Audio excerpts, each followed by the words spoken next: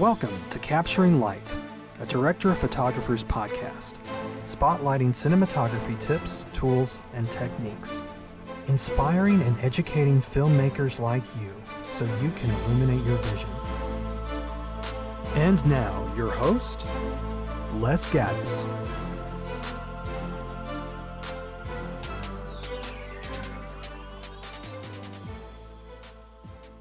Welcome to the Capture Light podcast. I'm your host, Les Gaddis, and it's been a minute, yeah. And I've had some pretty big life changes, as some of you may know, I lived in Dallas, Texas for well over 15 years. I decided that I just wanted to move.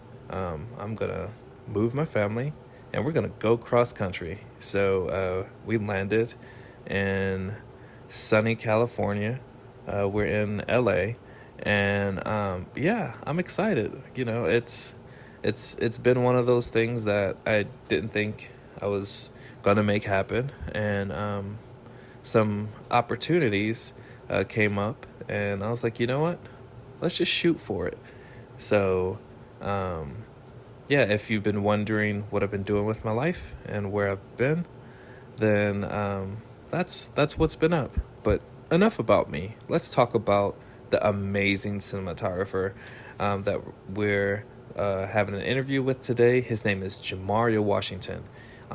Currently, he is based in Dallas, and I've worked, in the same market as him. We've grown, close as friends together. He's an amazing cinematographer. He's done some stellar work, and he's just ultimately just a cool dude. I consider him like family. We've hung out a few times.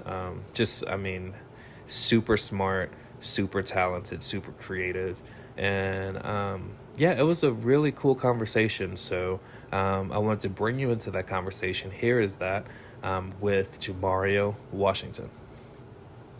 All right, so I want to thank Jammario Washington for coming on the Capture Light podcast. How you doing?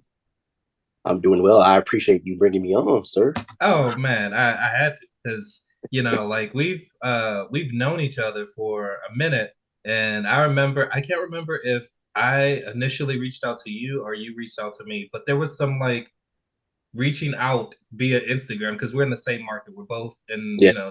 DFW, Dallas, Fort Yeah. Worth, and I was like, man, like the images that you're putting out, like just the stuff that you're talking about socially, that's where I want to be. So like I was like, man, first off, like for the people that may not know who you are, like how did you even start or get into the industry? All right. Well, I was hoping this podcast would be like 30 minutes, but now it's going to be a little bit.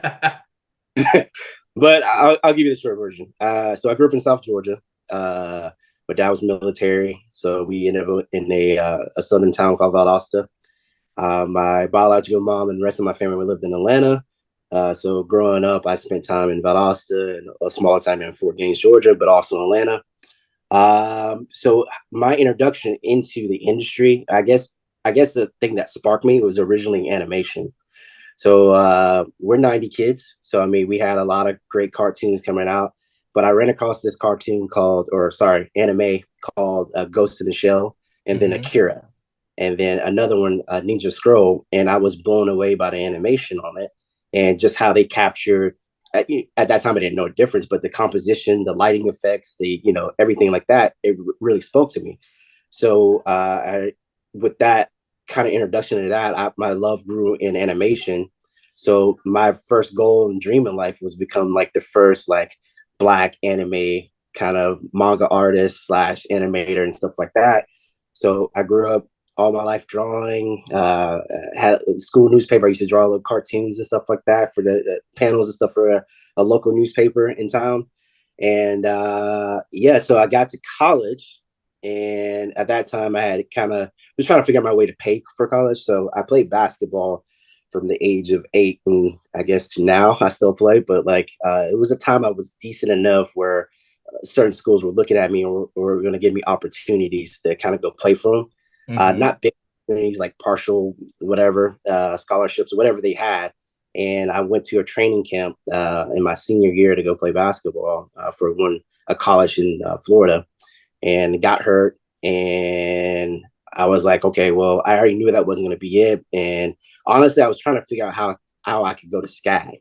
Um, my stepmom saw early on that I love art and I love drawing and I love movies, and so she was like always in my ear, just like you should go to Sky, you should go to Sky. And you're a kid, you're like, I don't know, whatever you're saying.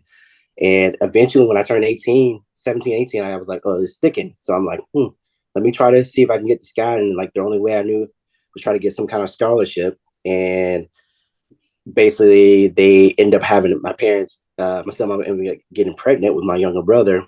Uh, and he had a lot of complications. So a lot of the money that we were trying to hold aside and to try to get this guy, and it kind of went out the window. He was really Mm-hmm. sick, so I ended up going to college and in my hometown to help out, watch their brother while both of my parents, were working. So there, I went to a local college, got into a couple art classes at the local college, and hated it.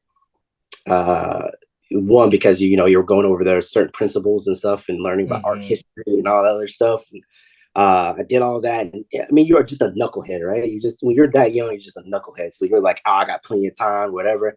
But I went in there and I just had a couple bad experience with a couple teachers, and it really turned me off from doing that. So I was Mm-hmm. like, well, if I don't want to be a cartoonist, like what else speaks to me? And I was like, I grew up watching movies. Like one of the best things about my parents, they gave me free access to a lot of things, even when I shouldn't have. Right? I was one of those lucky kids that had a TV in his room, and he also had I also had cable. So Mm-hmm.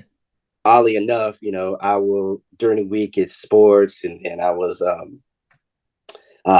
sports school, and then on Sundays, for some odd reason, on Sundays I would sit in my room all day and watch HBO from 8 a.m. to whenever I went to bed. It's like I just watched and I just ran across the movie, which really expand kind of my idea of like filmmaking and stuff like that. I didn't know any positions. I didn't know how they did it. It was still a big mystery to me, but how it made me feel, uh, how it made me feel about everything. I was just like, eventually it came back up. So when the art thing didn't work out, I was like, well, let me go try to see if I can be a director. Because again, that's the only position, Right. usually everybody's like, I want to be a director.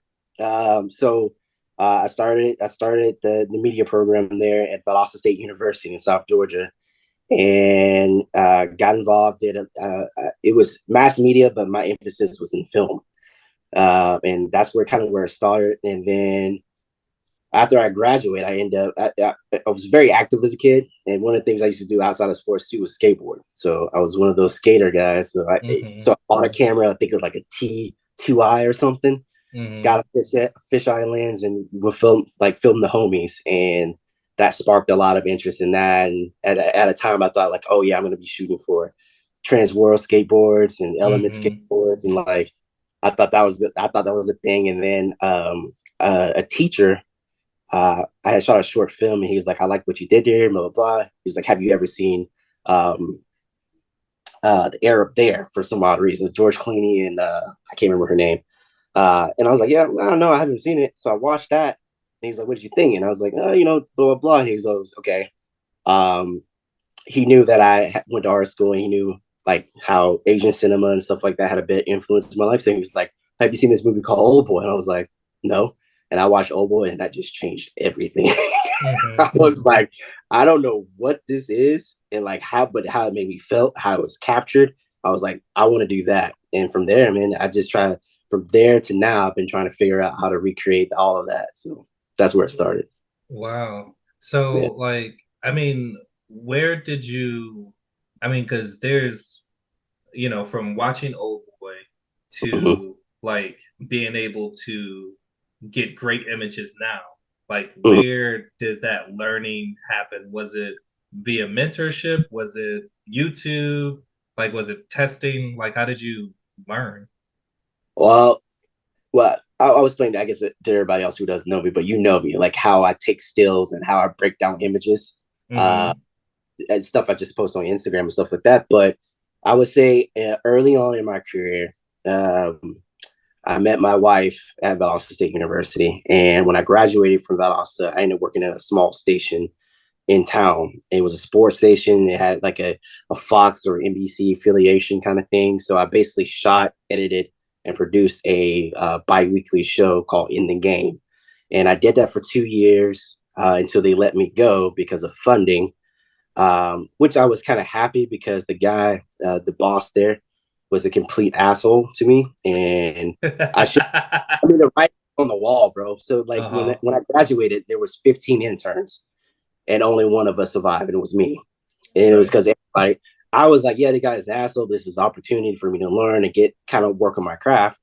So I did that, was miserable. My wife, now wife, then girlfriend, was like, hey, I see that you're miserable. And you know, I had started counseling because I was just like, I can't, you know, I was struggling really bad because I was just lost at that moment in life. Mm-hmm. And she was like, I think it'll be good for you to have a, you know, change of area and a change of location and stuff. So she was like, I got accepted to a school in Chicago and I got accepted to a school in Texas. And she was like, which one do you want to go to? And I was like, well, I don't want to be anywhere it's fucking cold. I was like, Right. so Texas.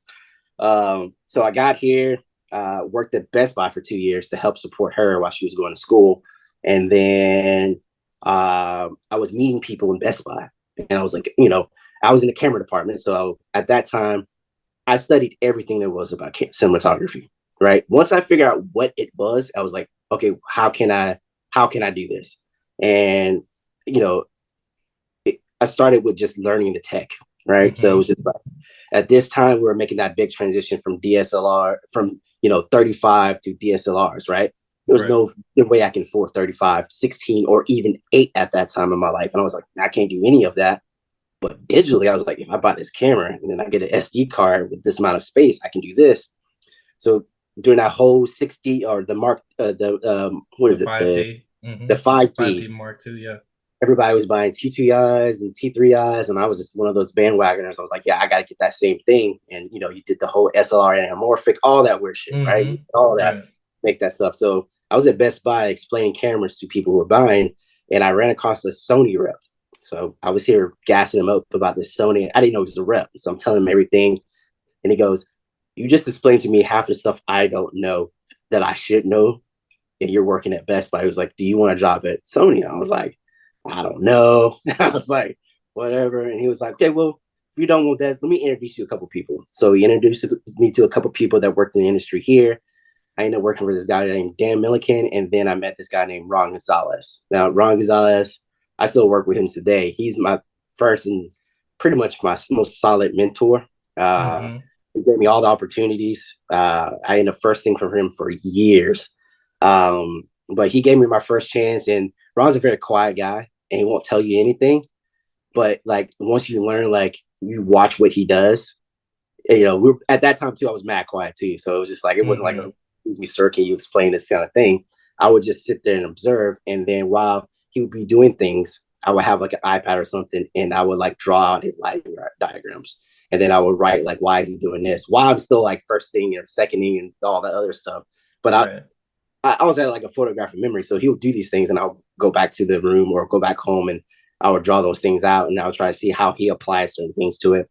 And then from there, he started doing features. And then I broke away from him because he started doing more corporate stuff. And I was like, I really want to do movies. And then I ended up working from the, hate to mention this name, but Cine State Mm-hmm. was a big thing at that time. And for the viewers who don't know, it's a big, Yeah, debacle that happened with it was a big Cinestate. debacle. I learned, but like I got like a bunch of homies from it and a bunch of Right. people for the company that I was really cool with. But like how they treated us as locals was mad disrespectful. But on the other hand, they were bringing in work before Blake Sheraton got here. You know, it was Right. like Right. they were only ones bringing in features, and that was my only opportunity. So yeah, I mean, that's kind of how it started. And like through Ron, I met another friend of mine, Magani, which is, you know, I always shoot praises to Magani and all the success he has right now. It is fucking valid. and I'm so hyped for him. I'm so proud of him, man. But like even to this day, I'm constantly like, yo, Bogani, tell me how you did this. Because he's working on Disney shows and Netflix shows and Hulu shows. I'm like, yo, even though he's like younger than me, he's like the big little homie. I'm always like, yo, tell me how you did this, how whatever. But I think it all stemmed from me just watching those people and how they interact with people and the actors on set, the directors and producers and everything like that. So it was just me always kind of being quiet and kind of watching what they were doing.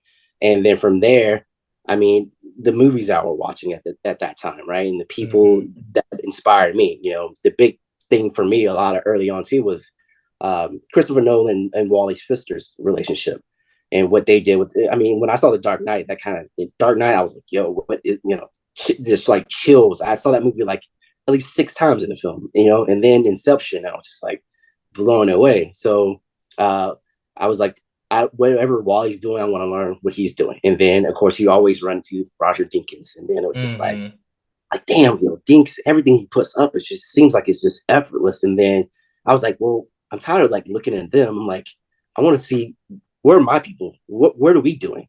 Then you start looking at Spike and Eric Dickerson, kind of their relationship.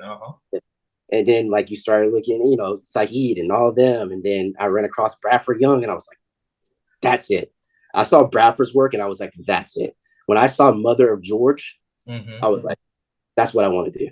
I want to capture skin tones like that man captured. I want to play in the toe of the image, the low light as I can get.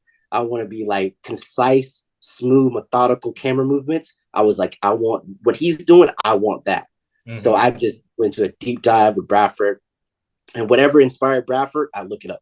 Roy De Carava, I looked at all his photography, whatever poetry or whatever fucking philosophy book he was reading. I was like, I'm reading it as well. So I think, yeah, that's kind of when I saw those images, the Mother and George, and then, when you did Selma, and I mean, even Solo, I was like, yo, I know all the hoopla that went with it, but I love how he was able to. Bradford inspired a whole generation of low light. You know what I'm saying? For sure. I was kind of like, that's what I want. And, the further you get along, your tastes change and all this stuff. And you start appreciating, you start deep diving on the history of filmmaking and cinematographers and stuff like that. So, I mean, I'm inspired by a crap load of images and a crap load of DPs and people who are not even well known, I mean, I was looking at your podcast. I was like, Julia Swan. I was like, yeah, I fucking love her work. Yeah, she's awesome. I was just like, so I, even Oren before he blew up from The Creator, I was looking at his shit beforehand. So I was just like, yeah. So I mean, that's what inspires me. Just how people see the world and how they capture it and try to translate it to my own. So you pick from the best, and then you make it yours. So yeah, no, for sure. I'm remembering I had Sean Peters on the podcast, and he told me, I didn't even realize, and I'm not sure if you know, but Bradford Young, he grew up in a morgue, basically. This is me fanboying, and Bradford ever sees this out, forgive me, right? But I grew up in South Georgia, like I told you, and I spent time in Valdosta in this small little town called Fort Gaines. Now, my dad was in Germany; he was military. So from almost 3 months till I was 7, I was living with my grandmother in this small town. My grandfather was a mortician, and he owned his own funeral home. So when I heard Bradford talking about that, I was like, "Oh, it's meant to be." Right? Yeah, because it's one of those things where, like, I mean, between like your childhood, his childhood, and you can pull images and imagery, like memories, because what funeral home do you walk in that is high key?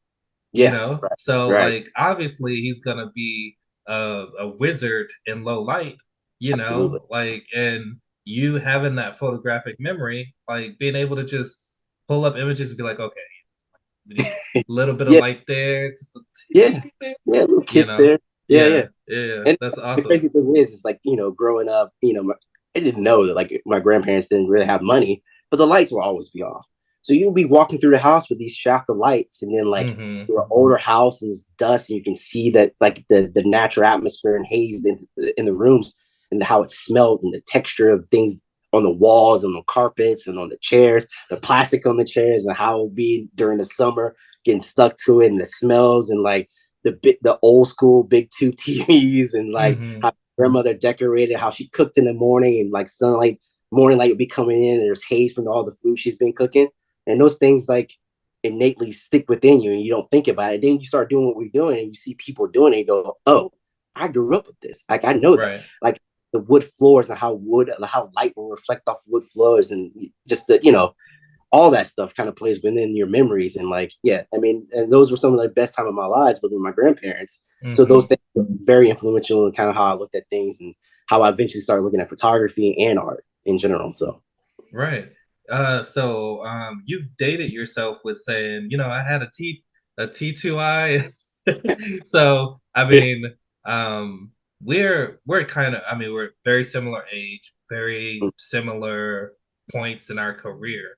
And very rarely do I get a chance to talk to someone about like quote unquote, and I'm, saying this in big, super huge quotes, like yeah, work-life balance. And, the yeah, fact that, like you're married, I've met your wife, you have a child, like being a father, being a husband, being a cinematographer, because a couple of weeks ago, I think you were in Atlanta shooting something. yeah, So yeah. you're away from home, like Mhm. how do you navigate that? I'm gonna answer it first, and then I want to hear your answer too. Okay. You have like more than I do. Work life balance. So aside from like having a partner and having a child, right, and what entails of like being involved with them, giving them enough attention, making sure you're there and present while you're Hmm. still trying to like build up in your own career and take risk and take these certain jobs that may take you away from your family for a certain amount of time, is damn near impossible, to be truthful. Right. And I only have one kid, you have two, so my hat goes off of you even more. And if I remember correctly, you and your wife are both creatives, right? Right. Well, I mean, both creative, but she both entrepreneurs. I'll say that because she is Okay. creative, but Yeah, she's yeah. in the coaching space. Okay. Hmm. Okay. Yeah. Still tough, right? Right. I'm lucky that my wife works for an organization that's a little bit more stable, Right. but she can't really take her foot off the gas because our job here, especially in our area where it's not oversaturated with work and it's very much everyone's attacking certain things, trying to figure out where they fit in and all those things. So there would be times where it'd be a couple of weeks where I don't work, and then I get work, and then it's a net 30, and then it's like I'm still not bringing in money, and then you also have to be present. All the stuff that you're going through, I'll say this, right? You have to make sure like your family's good Hmm. and that you're doing your part and being present and loving them and let them know that you appreciate them, which I suck at. I need to get better. I but I'm just like a moody old man right now, right? So I'm just Right. like I'm trying to express like I care through cleaning up and playing with my daughter a game like 40 million times, right? And or making sure I'm at recitals, make sure I'm taking her to practice sometimes, and then like trying to figure out if me and my wife can do a date night and or do a movie or we're watching TV at the end of the night, trying to give them something. And I know it isn't enough all the time, but you also have to have time for yourself Right. and like your own psyche, right? I beat myself up so much because I just grind in a sense of studying our game, studying our industry and how things are moving and how people move, but also still trying to figure out my voice and how I want to show the world my imagery and stuff like that. And when you work as hard and as long as we have been working and like things are still at almost like not as when you started, but it's not where you see other peers and other people are at. And you can't really compare how other people are doing because you don't know their life. But on Hmm. the outside appearance, how it looks and shit like that, it's discouraging at most points. So like I think for me, and I would tell people that may be in a similar position as us, is that you have to find something outside of the industry and outside of your family that's something specifically for you that's like a safe place. Now, if your safe haven is your family and that's what brings you back to earth and calms you down, do that. But me, I've always been kind of like an independent mind, an independent thinker, and an independent person in the sense of like I need isolation to kind of reset everything. I had to find something outside of everything that involves my life to give me some kind of solitude and peace of mind, so I don't go crazy and get bitter, stay bitter and envious of everyone that's happening, everyone else's success. Right now, Right. big thing is like people who I know and I know how hard they work and I know how fucking smart they are. I'm like, yo, that person deserves every bit of it. I look at when you told me your news earlier, I was like, he deserves every bit of it.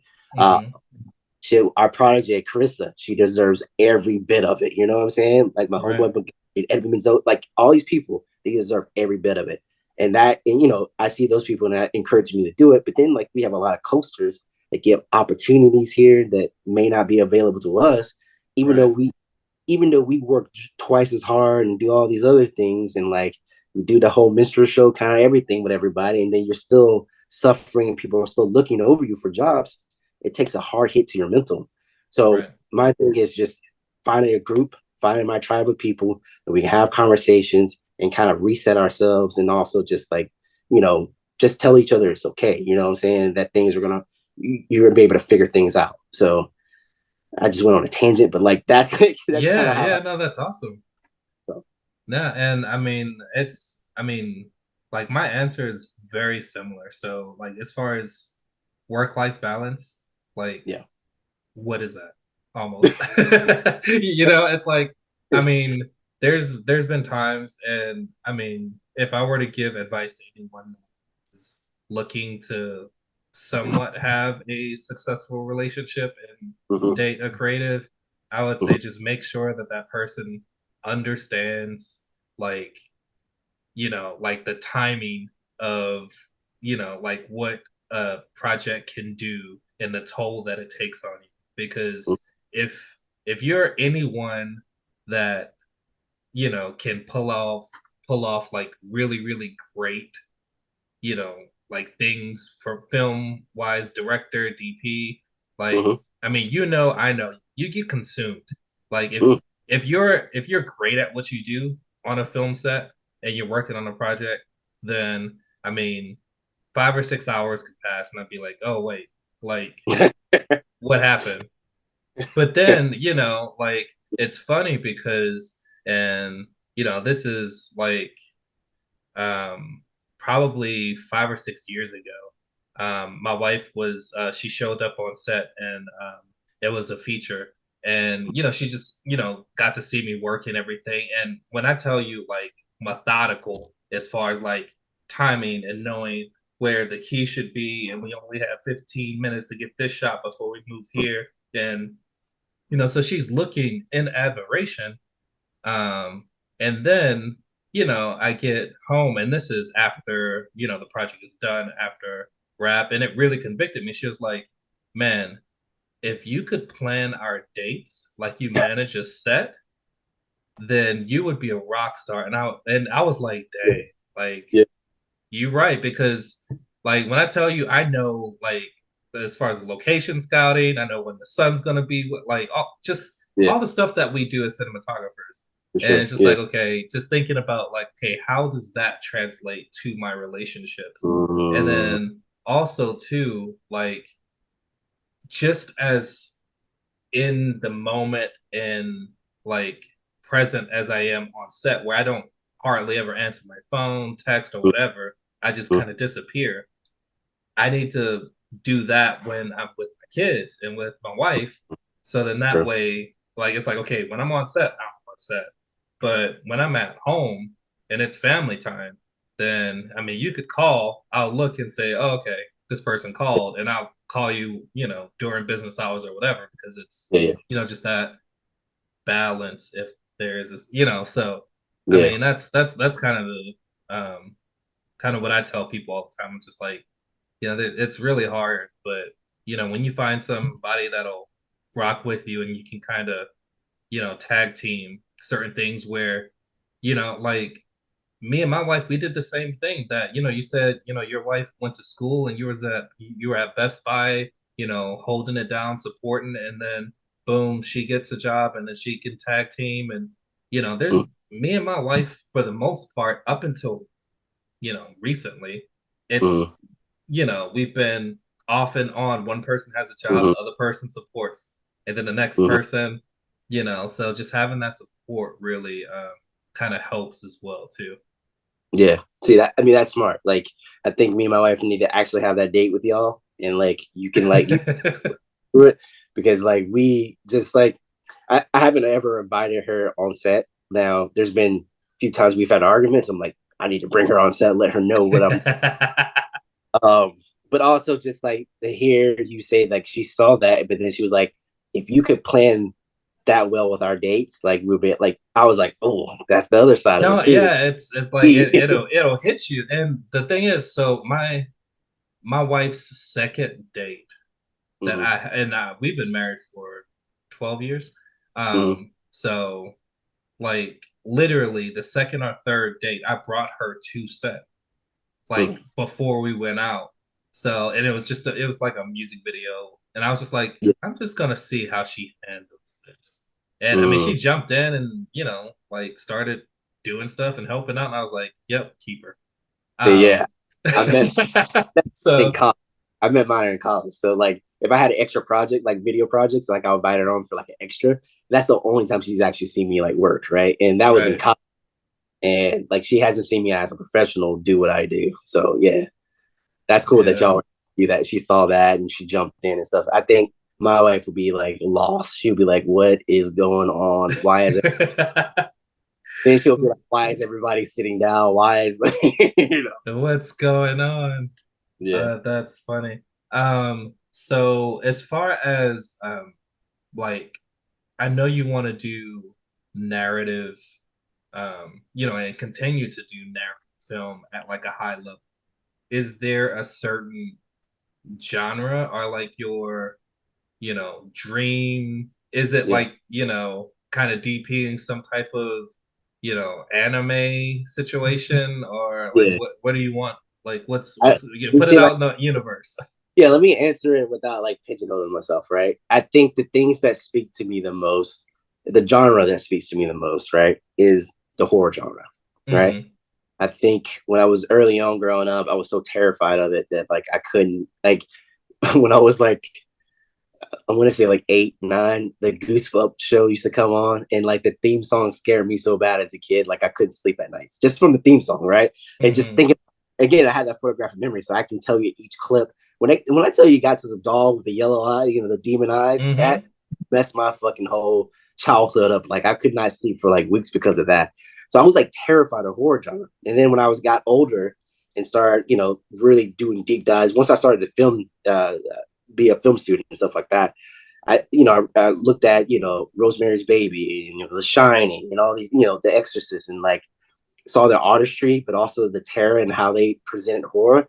I was like, Hmm. oh, I'm obsessed. And from there to now, it's just like it's been. I'm like, I want to get a hold of a horror genre film, short film, or something so fucking bad that's a good one, right? I've been presented Right. ones that are like, I wouldn't do it that way, so I'm probably not the person. But the horror genre is definitely one. I love. Um, I don't know. I guess the thriller genre. I guess in the sense of like if you think like Sicario, right? Hmm. Villeneuve's Sicario. I would love to play in that role a little bit more. And uh, I love dramas, but and those are the things I've been working on narrative wise. I've done more dramas and stuff like dramedies and Right. stuff like that. And I do love the genre, but um, the images and stuff that sticks out there. I guess because of the risk that you can take in the horror genre, you know, Hmm. uh, a lot of people are taking those same kind of risks right now and putting them in comedies and stuff like that. But like for the horror genre, it just fits. The contrast between your highlights and your low lights, your contrast and stuff like that, and playing with that and playing with colors and all that stuff. It just seems like so much more of a fun, thrilling thing, right? Right. Um, when I watch films, you want to be thrilled, you want to feel something from those films, right? Um, so I guess the horror genre is the short answer, but like I'm down for anything that speaks to me, man. There's a director here named Marced who just did his he just did it release a new short called The Morning of. And I Hmm. think Marced sent me that script early and I read it and it's like a dramedy, I guess. And I read that and I was like, I have to be a part of this in kind of way. Unfortunately, I didn't get the job. Producers jumped on. They wanted the guy from New York. very talented DP from New York. But like, I'm not gonna say like I'm just strictly horror, but like I would love to do some horror films. And but that's all also hard for our industry too, because then you get pigeonholed, right? And it's like, Right. yeah, I feel like I want to do horror right now, and then 5 years down the road, you're getting all these opportunities, but they're all horror films. But then you're like, I really want to do like a sports drama or something like that. I guess you got to be smart about it, because all of us can't be Greg Fraser, right? Right. Yeah, exactly. He's done everything, like every genre it is. So, but if I had an opportunity, the filmmakers and the movies that spoke to me the most are definitely the horror genre. So, Right. Well, yeah, and I mean that brings up a interesting, point as far as like, not everyone can, the fix for not getting pigeonholed, I think, is, like doing passion projects, spec work, things like that. But, like not everybody has the time, the resources, yeah. like all the things that come with spec work when you're a seasoned professional and not coming straight out of high school with a bunch of time and excitement and energy Mm-hmm. in order to do the spec work. The ignorance is gone. Like I said, like early filmmakers, that ignorance and how they're willing to die for each and every project, that goes out the window once you know the game, right? Once you Right. know the game, what it takes, and like if I ask this guy on to do this, right, and I can't give him his usual rate, like that could be a friendship and an opportunity to Right. burn, So you have to be like smart about what you're doing and who you're bringing on the project and what you choose, right? When you're first starting out, you're grabbing everything. You're just like, give me this, give me Right. this, give me. But then once you get to a stable kind of spot where you know what you want and the work that you want to present, then you can be a little bit more selective, right? So I think like once you get to that point of being more selective, it gets harder to keep, to ask for favors sometimes, because especially in our market where Mm-hmm. people are not giving out money, it's Right. like, you know, usually we have our own like camera package, lighting package that we're bringing upon, and we ain't getting nowhere near it. And then it's like sometimes if you believe enough in a project, like I got a project that should be starting pretty soon, very much in pre-production, but it is something that speaks to me, and I'm not getting paid nothing, and I'm using a lot of my gear. You know what I'm saying? Right. But it's just how it goes, especially in smaller markets. So. Right. So for people that are wanting to jump into cinematography, maybe they just recently found out, they're like, oh, okay, so I don't have to be a Mhm, director. mhm. I can Yeah, be yeah, behind the right, camera because right. that's where the magic happens. It's much more fun. Mhm. What would you tell that person that wants to get into cinematography but doesn't really know what to do or where to start? Ooh, uh, there's so many various roads to achieve cinematography. You're like me, right? So when we got in, it was that 10-10-10 rule. You 10 as whatever position, right? Camera department, right? You Mm-hmm. 10 years as a second, you 10 years as a first, you 10 years as a cam up, and then you may get an opportunity to be a DP, right? The Mm-hmm. generation right behind us was, I ain't doing any of that shit. I'm about to buy this camera, and Right. now I'm a DP kind of situation. And then I mean, there's some that take other department, go in other departments. Some work in G&E and come up that way and stuff like that. So I would say a young person that recognizes what a DP does and the cinematographer does, and really wants to kind of uh, go for that kind of position, I would say uh, study what cinematography interests you and how they may achieve those certain kind of looks. And then also, if you're starting out, go to each and every department. So start as a PA, see what you got to learn the politics of a set first, right? So Mm-hmm.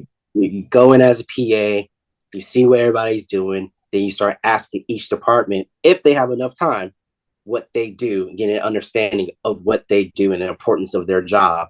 And not only just the importance, learn to respect what they're doing. And then that gives you a broader sense of what kind of path you want to take, right? Some people will look and go, oh, there's a camera. I want to work on that way to go through so I can get to the camera, right? But there's other means. I mean, honestly, I wish I would have started as electric. right? Right. Yeah. I was going the electric route because those guys, your gaffer, you get to see exactly their conversation and their shorthand that they have to have with the DP and what they want. And then they, sprout out the orders and you're able to see kind of what they do. As far as the camera department, we were more like technicians. Right. I wasn't like learning nothing Right. outside of being a technician for this camera, learning how to put the camera together, learning the ins and outs of the menus, learning, the post production, also being a DIT and data wrangler, all that stuff. Before you even really technically get to put the camera on your shoulder to point it at something.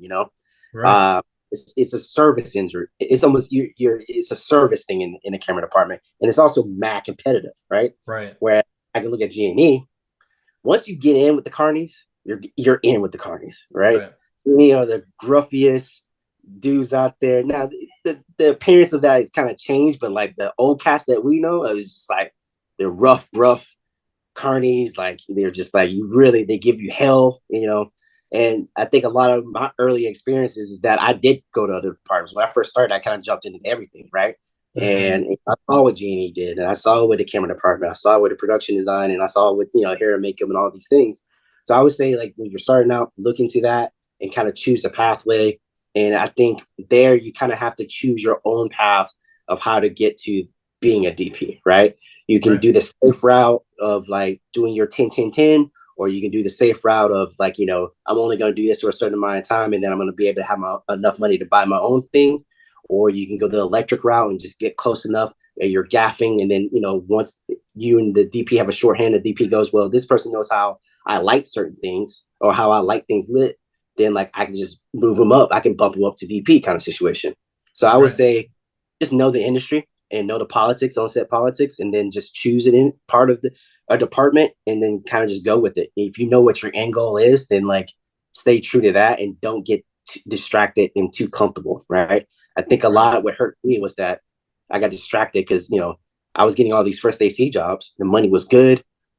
People were depending on me. It was great. But then um, the strange thing about life, it will slap you with reality to let you know, like, you might be going down the wrong path.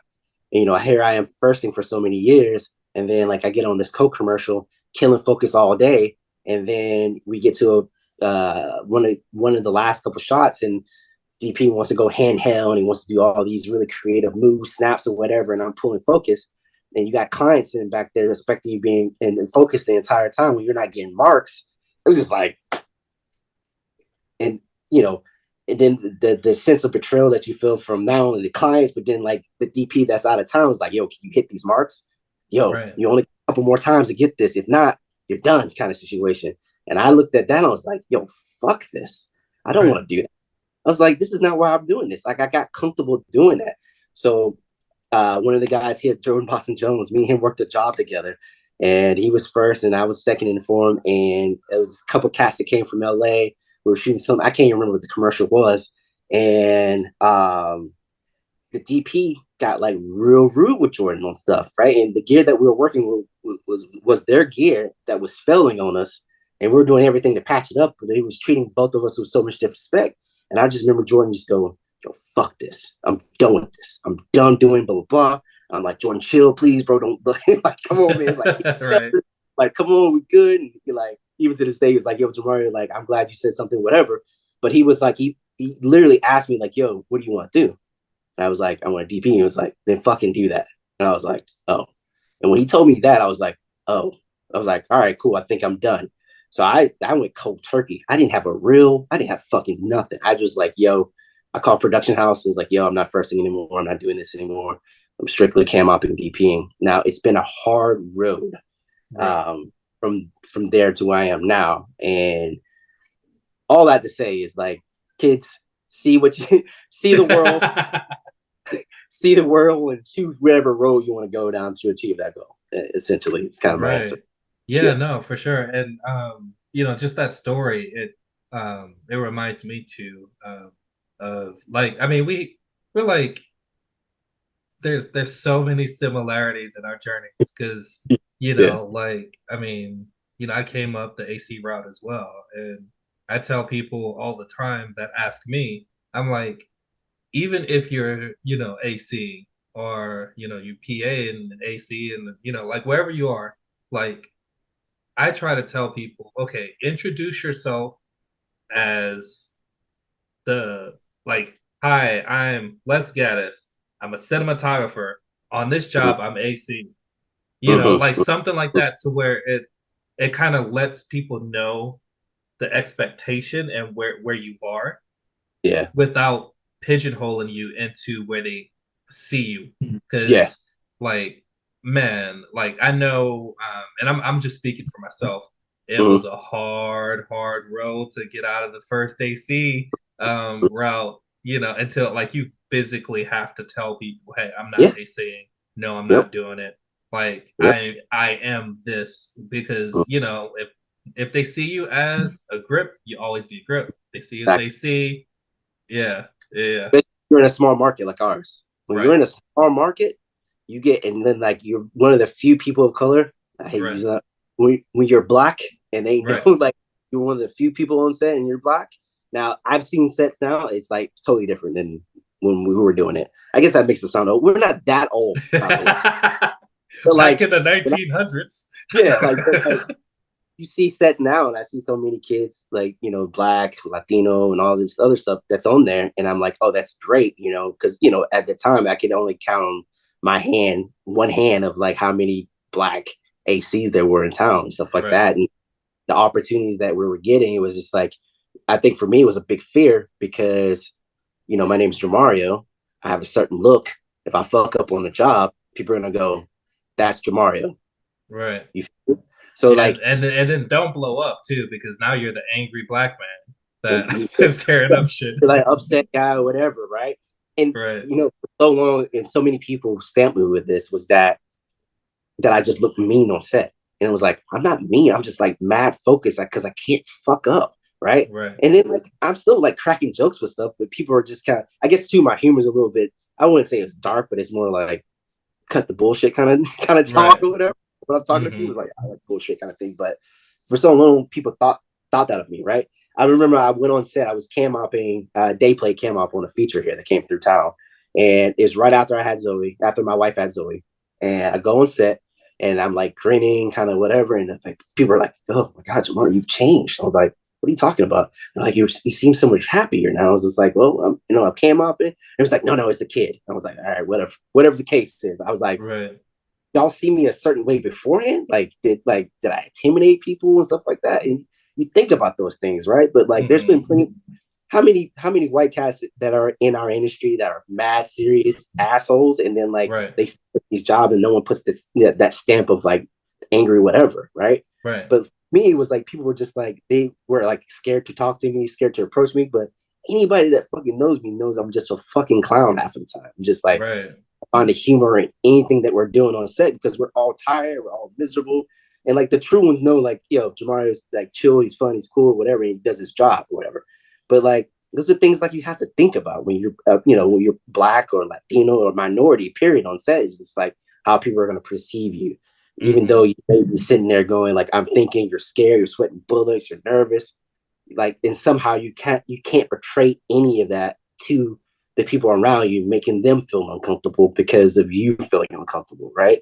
Like you Right. don't have that luxury. I felt like at most time to have that thing of being vulnerable on set. You had to be hard nosed and yada yada. So just like for me, it was like tough because I'm going on these sets. The only person I see that looks like me is me, and then like Right. things being said on set, and you're like, "Yo, what the fuck is this? Like, do I just let that ride, or do I say something back?" And I think I got to a certain point in my career, I was just like, "No, you can't say that shit, bro." I'm like, "Like, how would you say something stupid like that?" And like, you get courage and kind of you understand, you get comfortable in your own skin on set because your skill set speaks for itself. But when you're starting out, man, that's a hard thing. When you're starting off too as a person of color, I couldn't imagine being a woman of color, or sorry, a minority that's a woman on set, bro. I couldn't imagine that, bro. Right. I couldn't, just as a black male, I'm just like, I'm struggling. I couldn't imagine that for.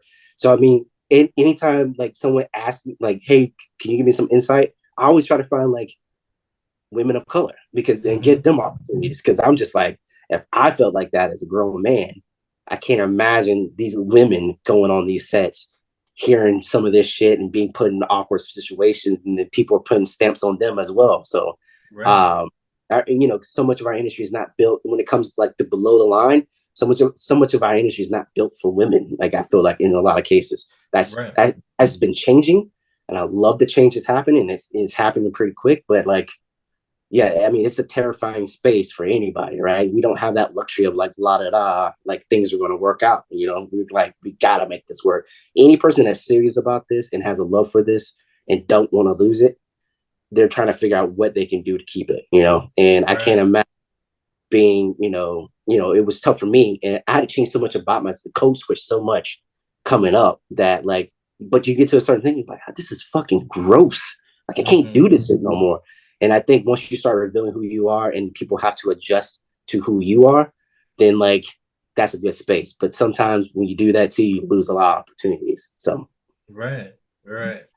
No, that's really really good advice. I mean, like you're speaking to me. I'm sitting here and I'm like, yes. Um, so if someone wants to keep up with what you're doing, like where's the Mhm. best place to kind of follow you online? Your boy's mostly on Instagram. Any work that I come across that I'm doing, I'll post like DP days and kind of show you kind of the background of what I'm doing, the BTS of what I'm doing, and then like I post a lot of things that are inspiring me, things that caught my eye. So I mean, if you want to reach out to me, Instagram is the best place, and like my handle is it's me, it's ITZME_Mario on Instagram. So that'll be the best place to reach me probably. It's me, It's Mario. Mario. Yeah. Awesome. Jammario, man, I appreciate you so much for taking some time and coming on For the sure. Capture and Light podcast. Thank you for bringing me on, man. So again, I want to thank Jammario for coming on the Capture and Light podcast. Be sure to follow him, keep up with what he's doing. Make sure you follow him on Instagram because like he's always posting either cool things that he's working on or he's giving flowers to cinematographers and showing frames of beautiful things that they've done. Give him a follow. If you have any questions, feel free to reach out to me. At Les Gaddis on Instagram is probably the best place right now. So if you have any questions, feel free to reach out to me there. Thank you so much for continuing to support the podcast. If this happens to be your first time listening, then first off, a great episode to start on. And then secondly, check out the backlog. I've been doing it for a while now, the podcast, and I've talked to many more amazing cinematographers. So you definitely want to check that out. And thanks so much for listening. Thanks so much for following, subscribing, and I will catch you in the next episode of Capturing Light. Thanks for listening to Capturing Light with Les Gaddis, a director of photographers podcast. Inspiring and educating filmmakers like you so you can illuminate your vision.